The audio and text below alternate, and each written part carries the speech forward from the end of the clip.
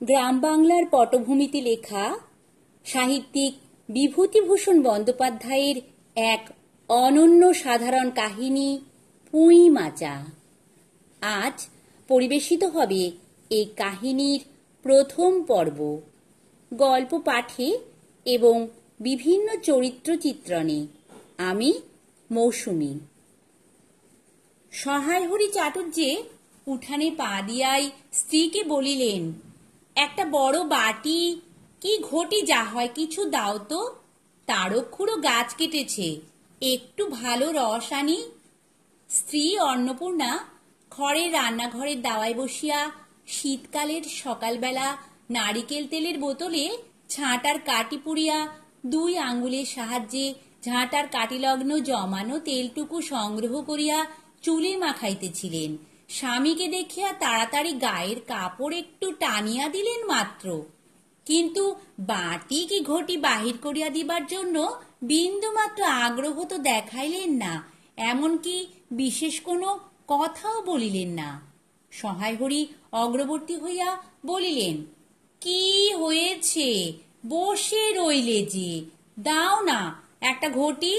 আহ, খেন্তি টেন্তি সব কোথায় গেল এরা?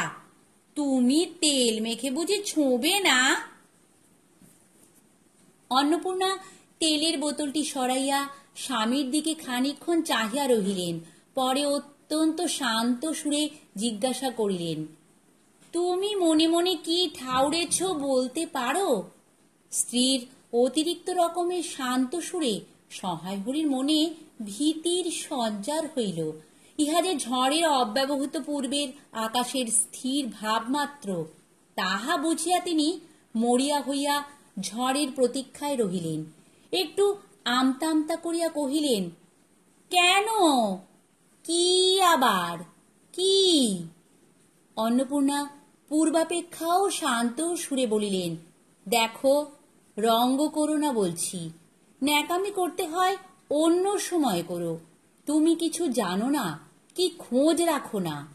অত বড় মেয়ে যার ঘরে, সে মাছ ধরে আর রস খেয়ে দিন কাটায় কি করে তা বলতে পারো? গায়ে কি গুজব রটেছে জানো?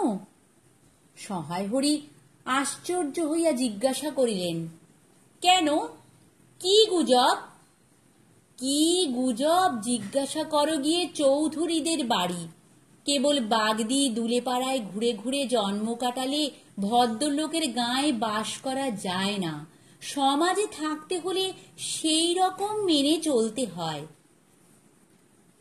সহায়হরি বিস্মিত হইয়া কি বলিতে যাইতেছিলেন।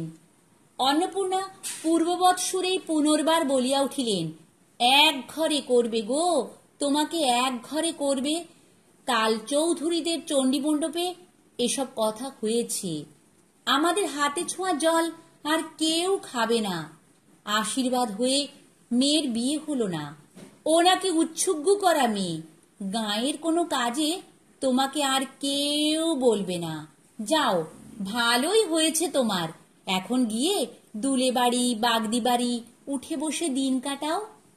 সহায়হরি তাচ্ছিল্যের ভাব প্রকাশ করিয়া বলিলেন, এই আমি বলি না জানি কি ব্যাপার।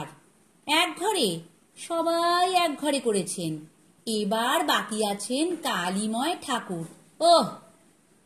অন্নপূর্ণা তেলে বেগুনে জ্বলিয়া উঠিলেন, কেন, তোমাকে এক ঘরে করতে বেশি কিছু লাগে নাকি? তুমি কি সমাজের মাথা, না একজন মাতব্বর লোক? চাল নেই, চুলো নেই, এক কড়ার মুরদ নেই, চৌধুরীরা তোমায় এক ঘরে করবে, তার এমন কঠিন কথা কি? আর সত্যিই তো, এদিকে ধাড়ি মেয়ে হয়ে উঠল। হঠাৎ স্বর নামাইয়া বলিলেন, হলো যে 15 বছরের, বাইরে কমিয়ে বলে বেড়ালে কি হবে? লোকের চোখ নেই? পুনরায় গলা উঠাইয়া বলিলেন, না বিয়ে দেবার গা, না কিছু। আমি কি যাব পাত্র ঠিক করতে? সশরীরে যতক্ষণ স্ত্রীর সম্মুখে বর্তমান থাকিবেন, স্ত্রীর গলার সুর ততক্ষণ কমিবার কোনো সম্ভাবনা নাই বুঝিয়া সহায়হরি দাওয়া হইতে তাড়াতাড়ি একটি কাঁসার বাটি উঠাইয়া লইয়া খিড়কি দুয়ার লক্ষ্য করিয়া যাত্রা করিলেন। কিন্তু খিড়কি দুয়ারের একটু এদিকে কি দেখিয়া হঠাৎ থামিয়া গেলেন এবং আনন্দপূর্ণ স্বরে বলিয়া উঠিলেন, এসব কি রে খেন্তিমা, এসব কোথা থেকে আনলি? ও এ যে 14-15 বছরের একটি মেয়ে আর দুটি ছোট ছোট মেয়ে পিছনে লইয়া বাড়ি ঢুকিল। তাহার হাতে এক বোঝা পুঁই শাক, ডাঁটাগুলি মোটা ও হলদে। হলদে চেহারা দেখিয়া মনে হয় তাহারা পাকা পুঁই গাছ উপড়াইয়া ফেলিয়া উঠানের জঙ্গল তুলিয়া দিতেছিল। মেয়েটি তাহাদের উঠানের জঞ্জাল প্রাণপণে তুলিয়া আনিয়াছে। ছোট মেয়ে দুটির মধ্যে একজনের হাত খালি, অপরটির হাতে গোটা 2-3 পাকা পুঁই পাতা জড়ানো কোনো দ্রব্য। বড় মেয়েটি খুব লম্বা, গোলগাল চেহারা, মাথার চুলগুলো কৃষ্ণ ও অগোছালো, বাতাসে উড়িতেছে। মুখখানা খুব বড়, চোখ দুটো ডাগর ডাগর ও শান্ত। সরু সরু কাঁচের চুড়িগুলো 2 পয়সা ডজনের একটি সেফটি পিন দিয়া একত্র করিয়া আটকানো। পিনটির বয়স খুঁজিতে যাইলে প্রাগৈতিহাসিক যুগে গিয়া পড়িতে হয়। এই বড় মেয়েটির নামই বোধ হয় খেন্তি, কারণ সে তাড়াতাড়ি পিছন ফিরিয়া তাহার পশ্চাৎবর্তিনীর হাত হইতে পুঁই পাতা জড়ানো দ্রব্যটি লইয়া মেলিয়া ধরিয়া বলিল, চিংড়ি মাছ বাবা, গয়া বুড়ির কাছ থেকে রাস্তায় নিলাম, দিতে চায় না, বলে তোমার বাবার কাছে 8 দিনকার দরুন 2 পয়সা বাকি আছে। আমি বললাম, দাও গয়া পিসি, আমার বাবা কি তোমার 2 পয়সা নিয়ে পালিয়ে যাবে? আর এই পুঁইশাকগুলো ঘাটের ধারে রায় কাকা দিয়ে বললে, নিয়ে যা, কেমন মোটা মোটা। অন্নপূর্ণা দেওয়া হইতেই অত্যন্ত ঝাঁজের সহিত চিৎকার করিয়া উঠিলেন, নিয়ে যা! আহা, কি অমর্ত্যই তোমাকে তারা দিয়েছে! পাকা পুঁইডাটা কাঠ হয়ে গিয়েছে, 2 দিন পরে ফেলে দিত, নিয়ে যা। আর উনি তাদের আগাছা উঠিয়ে নিয়ে এসেছেন, ভালোই হয়েছে, তাদের আর নিজেদের কষ্ট করে কাটতে হলো না। যত পাথুরে বোকা সব মরতে আসে আমার ঘাড়ে। ধাড়ি মেয়ে, বলে দিয়েছি না তোমায়, বাড়ির বাইরে কোথাও পা দিও না। লজ্জা করে না এ পাড়া সে পাড়া করে বেড়াতে? বিয়ে হলে যে 4 ছেলের মা হতে, খাওয়ার নামে আর জ্ঞান থাকে না। না, কোথায় শাক, কোথায় বেগুন, আর একজন বেড়াচ্ছেন কোথায় রস, কোথায় ছাই, কোথায় পাঁশ। ফেল বলছি ওসব, ফেল। মেয়েটি শান্ত অথচ ভয় মিশ্রিত দৃষ্টিতে মার দিকে চাহিয়া হাতের বাঁধন আলগা করিয়া দিল। পুঁইশাকের বোঝা মাটিতে পড়িয়া গেল। অন্নপূর্ণা বকিয়া চলিলেন, যা তো রাধি, ও আপদগুলো টেনে খিড়কির পুকুরের ধারে ফেলে দিয়ে আয় তো। ফের যদি বাড়ির বার হতে দেখেছি, তবে ঠ্যাং খোড়া না করি তো। বোঝা মাটিতে পড়িয়া গিয়াছিল। ছোট মেয়েটি কলের পুতুলের মতন সেগুলি তুলিয়া লইয়া খিড়কি অভিমুখে চলিল। কিন্তু ছোট মেয়ে অত বড় বোঝা আঁকড়াইতে পারিল না। অনেকগুলি ডাঁটা এদিকে ওদিকে ঝুলিতে ঝুলিতে চলিল। সহায় হরির ছেলেমেয়েরা তাহাদের মাকে অত্যন্ত ভয় করিত। সহায় হরি আমতা আমতা করিয়া বলিতে গেলেন, তা এনেছে ছেলে মানুষ খাবে বলে, তুমি আবার বরং। পুঁইশাকের বোঝা লইয়া যাইতে যাইতে ছোট মেয়েটি ফিরিয়া দাঁড়াইয়া মার মুখের দিকে চাহিল। অন্নপূর্ণা তাহার দিকে চাহিয়া বলিলেন, না না, নিয়ে যা, খেতে হবে না। মেয়ে মানুষের আবার অত নোলা কিসের? এক পাড়া থেকে আর এক পাড়ায় নিয়ে আসবে 2 পাকা পুঁইশাক ভিক্ষে করে? যা যা, তুই যা, দূর করে বনে দিয়ে আয়। সহায় হরি বড় মেয়ের মুখের দিকে চাহিয়া দেখিলেন, তাহার চোখ দুটা জলে ভরিয়া আসিয়াছে। তার মনে বড় কষ্ট হইল। কিন্তু মেয়ের যতই সাধের জিনিস হোক, পুঁইশাকের পক্ষাবলম্বন করিয়া দুপুরবেলা স্ত্রীকে চটাইতে তিনি আদৌ সাহসী হইলেন না। নিঃশব্দে খিড়কি দৌড় দিয়া বাহির হইয়া গেলেন। বসিয়া রাঁধিতে রাঁধিতে বড় মেয়ের মুখের কাতর দৃষ্টি স্মরণে পড়িবার সঙ্গে সঙ্গে অন্নপূর্ণার মনে পড়িল গত অরন্ধনের পূর্বদিন বাড়িতে পুঁইশাক রান্নার সময় খেন্তি আবদার করিয়া বলিয়াছিল, মা, অর্ধেকগুলো কিন্তু একা আমার, অর্ধেক সব মিলে তোমাদের। বাড়িতে কেহ ছিল না। তিনি নিজে গিয়া উঠানের ও খিড়কি দোরের আশপাশে যে ডাঁটা পড়িয়াছিল সেগুলি কুড়াইয়া লইয়া আসিলেন। বাকিগুলা কুড়ানো যায় না, ডোবার ধারে ছাইগাদায় ফেলিয়া দিয়াছে। কুচো চিংড়ি দিয়া এই রূপে চুপি চুপি পুঁইশাকের তরকারি রাঁধিলেন।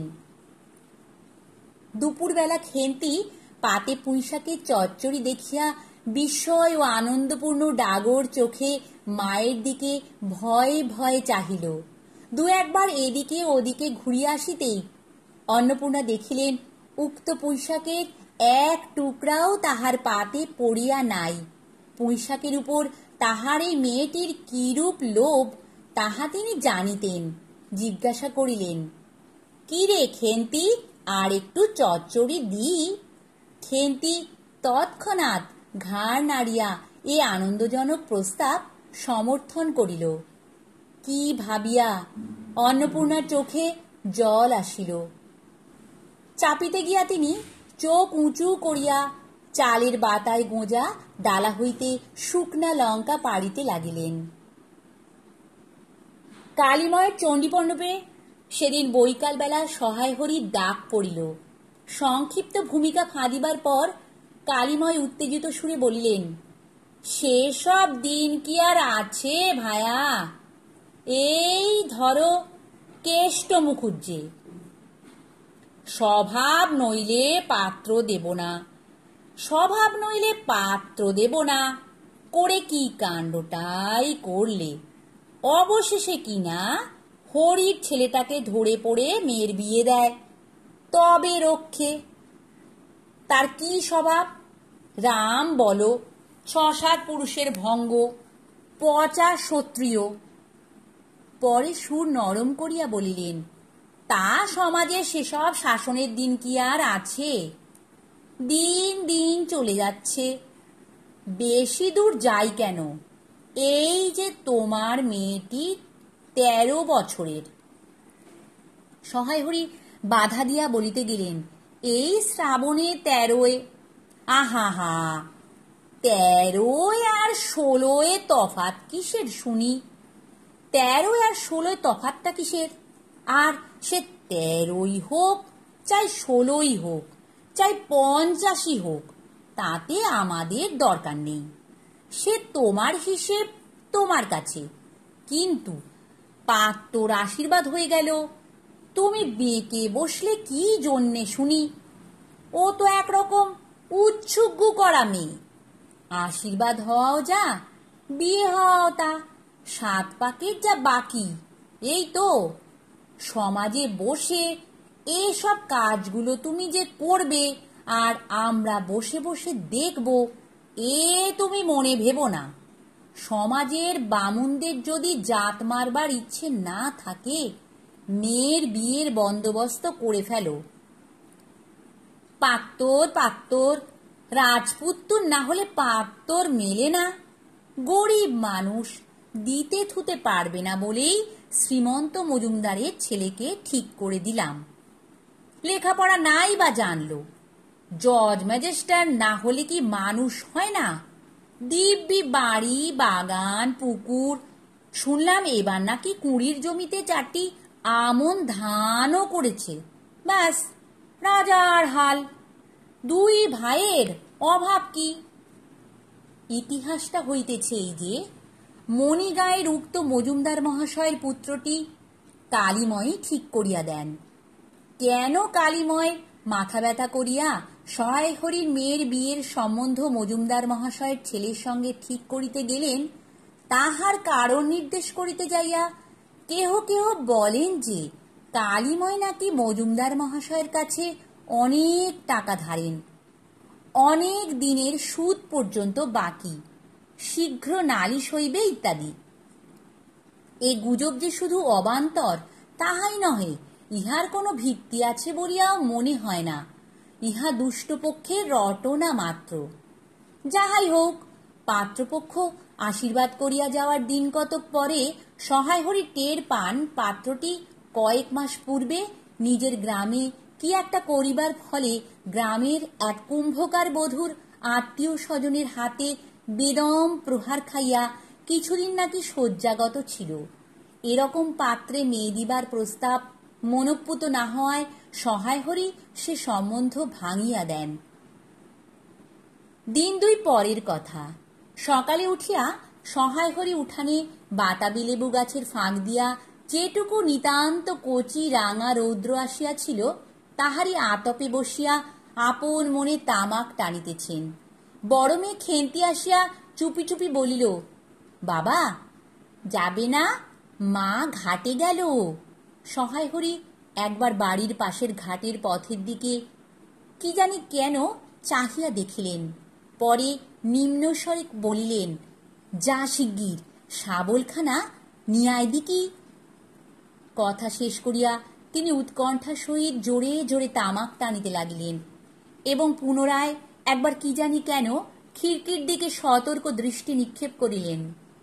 ইতিমধ্যে প্রকাণ্ড ভারী একটা লোহার শাবল দুই হাত দিয়া আঁকড়াইয়া ধরিয়া খেন্তি আসিয়া পড়িল। তৎপরে পিতা পুত্রীতে সন্তর্পণে সম্মুখের দরজা দিয়া বাহির হইয়া গেল। ইহাদের ভাব দেখিয়া মনে হইতেছিল ইহারা কাহারো ঘরে শীত দিবার উদ্দেশ্যে চলিয়াছে। অন্নপূর্ণা স্নান করিয়া সবে কাপড় ছাড়িয়া উনুন ধরাইবার জোগাড় করিতেছেন। মুখুজ্জে বাড়ির ছোট খুকি দুর্গা আসিয়া বলিল, খুড়িমা, মা বলে দিলে খুড়িমাকে গিয়ে বল মা ছোবে না, তুমি আমাদের নবান্নটা মেখে আর ইতুর ঘটগুলো বার করে দিয়ে আসবে। মুখুজ্জে বাড়ি ও পাড়ায় যাইবার পথের বাঁধারে এক জায়গায় শেওড়া, বনভাট, রাংচিতা, বনচালতা গাছের ঘন বন। শীতের সকালে এক প্রকার লতা পাতার ঘন গন্ধ বন হইতে বাহির হইতেছিল। একটা লেজঝোলা হলদে পাখি আমড়া গাছের এডাল হইতে ওডালে যাইতেছিল। দুর্গা আঙুল দিয়া দেখাইয়া বলিল, খুড়িমা, খুড়িমা, ওই যে কেমন পাখিটা। পাখি দেখিতে গিয়া অন্নপূর্ণা কিন্তু আর একটা জিনিস লক্ষ্য করিলেন। ঘন বনটার মধ্যে কোথায় এতক্ষণ খুব খুব করিয়া আওয়াজ হইতেছিল, কি যেন কি খুঁড়িতেছে। দুর্গার কথার পরেই হঠাৎ সেটা বন্ধ হইয়া গেল। অন্নপূর্ণা সেখানে খানিকক্ষণ থমকিয়া দাঁড়াইলেন, পরে চলিতে আরম্ভ করিলেন। তাহার খানিক দূর যাইতে বনের মধ্যে পুনরায় খুব খুব শব্দ আরম্ভ হইল। কাজ করিয়া ফিরিতে অন্নপূর্ণার কিছু বিলম্ব হইল। বাড়ি ফিরিয়া দেখিলেন খেন্তি উঠানে রৌদ্রে বসিয়া তেলের বাটি সম্মুখে লইয়া খোঁপা খুলিতেছে। তিনি তীক্ষ্ণ দৃষ্টিতে মেয়ের দিকে চাহিয়া দেখিয়া বলিলেন, এখনো নাইতে যাসনি যে? কোথায় ছিলি এতক্ষণ? খেন্তি তাড়াতাড়ি উত্তর দিল, এই যে মা, এক্ষুনি যাব আর আসব। খেন্তি স্নান করিতে যাইবার একটুখানি পরেই সহায় হরি সোৎসাহে 15-16 সের ভারী একটা মেটে আলু ঘাড়ে করিয়া কোথা হইতে আসিয়া উপস্থিত হইলেন এবং সম্মুখে স্ত্রীকে দেখিয়া কৈফিয়তের দৃষ্টিতে সেই দিকে চাহিয়াই বলিয়া উঠিলেন, ওই ও পাড়ার ময়সা চৌকিদার রোজই বলে, কর্তা ঠাকুর, তোমার বাপ থাকতে তবু মাসে মাসে এদিকে তোমাদের পায়ের ধুলো পড়ত, তা আজকাল তো তোমরা আর আসো না। এই বেড়ার গায়ে মেটে আলু করে রেখেছি, তা দাদা ঠাকুর বরং। অন্নপূর্ণা স্ত্রীর দৃষ্টিতে স্বামীর দিকে চাহিয়া বলিলেন, বরজপোতার বনের মধ্যে বসে খানিক আগে কি করছিলে শুনি? সহায় হরি অবাক হইয়া বলিলেন, আমি? না, আমি কখন? কখনো না। এই তো আমি। সহায় হরির ভাব দেখিয়া মনে হইতেছিল তিনি এইমাত্র আকাশ হইতে পড়িয়াছেন। অন্নপূর্ণা পূর্বের মতনই স্থির দৃষ্টিতে স্বামীর দিকে চাহিয়া বলিলেন, চুরি তো করবেই, 3 কাল গিয়েছে, 1 কাল আছে। মিথ্যা কথাগুলো আর এখন বলো না, আমি সব জানি। মনে ভেবেছিলে আপদ ঘাটে গিয়েছে আর কি। দুর্গার মা ডেকে পাঠিয়েছিল, ও পাড়ায় যাচ্ছি। শুনলাম বরজপোতার বনের মধ্যে কি সব খুব খুব শব্দ। তখনই আমি বুঝতে পেরেছি। সাড়া পেয়ে শব্দ বন্ধ হয়ে গেল। যেই আবার খানিক দূর গেলাম, আবার দেখি শব্দ। তোমার তো ইহকালও নেই, পরকালও নেই। চুরি করতে, ডাকাতি করতে, যা করতে ইচ্ছে হয় করো, কিন্তু মেয়েটাকে আবার এর মধ্যে নিয়ে গিয়ে ওর মাথা খাওয়া কিসের জন্যে? সহায় হরি হাত নাড়িয়া বরজপোতায় তাহার উপস্থিত থাকার বিরুদ্ধে কতকগুলি প্রমাণ উত্থাপন করিবার চেষ্টা করিতে গেলেন, কিন্তু স্ত্রীর চোখের দৃষ্টির সামনে তাহার বেশি কথাও জোগাইল না, বা কথিত উক্তিগুলির মধ্যে কোনো পূর্বাপর্য সম্বন্ধ খুঁজিয়া পাওয়া গেল না। 8 ঘণ্টা পরে খেন্তি স্নান সারিয়া বাড়ি ঢুকিল। সম্মুখস্থ মেটে আলুর দিকে একবার আর চোখে চাহিয়াই নিরীহ মুখে উঠানের আলনায় অত্যন্ত মনোযোগের সহিত কাপড় মেলিয়া দিতেছিল। অন্নপূর্ণা ডাকিলেন, খেন্তি, এদিকে একবার আয় তো, শুনে যা। মায়ের ডাক শুনিয়া খেন্তির মুখ শুকাইয়া গেল। সে ইতস্তত করিতে করিতে মার নিকটে আসিলে তিনি জিজ্ঞাসা করিলেন, এই মেটে আলুটা দুজনে মিলে তুলে এনেছিস না? খেন্তি মার মুখের দিকে একটুখানি চাহিয়া থাকিয়া একবার ভূপতিত মেটে আলুটার দিকে চাহিল, পরে পুনরায় মার মুখের দিকে চাহিল এবং সঙ্গে সঙ্গে ক্ষিপ্র দৃষ্টিতে একবার বাড়ির সম্মুখস্থ বাঁশঝাড়ের মাথার দিকেও চাহিয়া লইল। তাহার কপালে বিন্দু বিন্দু ঘাম দেখা দিল, কিন্তু মুখ দিয়া কথা বাহির হইল না। অন্নপূর্ণা কড়া সুরে বলিলেন, কথা বলছিস নে যে বড়, এই মেটে আলু তুই এনেছিস কিনা? খেন্তি বিপন্ন চোখে মার মুখের দিকে চাহিয়া ছিল, উত্তর দিল, হ্যাঁ।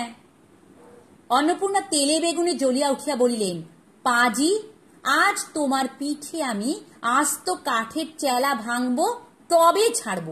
বরজপোতার বনে গিয়েছে মেটে আলু চুরি করতে। সমত্ত মেয়ে বিয়ের যোগ্যী হয়ে গেছে কোন কালে। সেই এক গলা বিজন বন, যার মধ্যে দিন দুপুরে বাঘ লুকিয়ে থাকে, তার মধ্যে থেকে পরের আলু নিয়ে তুলে যদি গোসাইরা চৌকিদার ডেকে তোমায় ধরিয়ে দেয়, তোমার কোন শ্বশুর এসে তোমায় বাঁচাতো? আমার জোটে খাবো, না জোটে খাবো না, তা বলে পরের জিনিসে হাত? এ মেয়ে নিয়ে আমি কি করব মা? নমস্কার।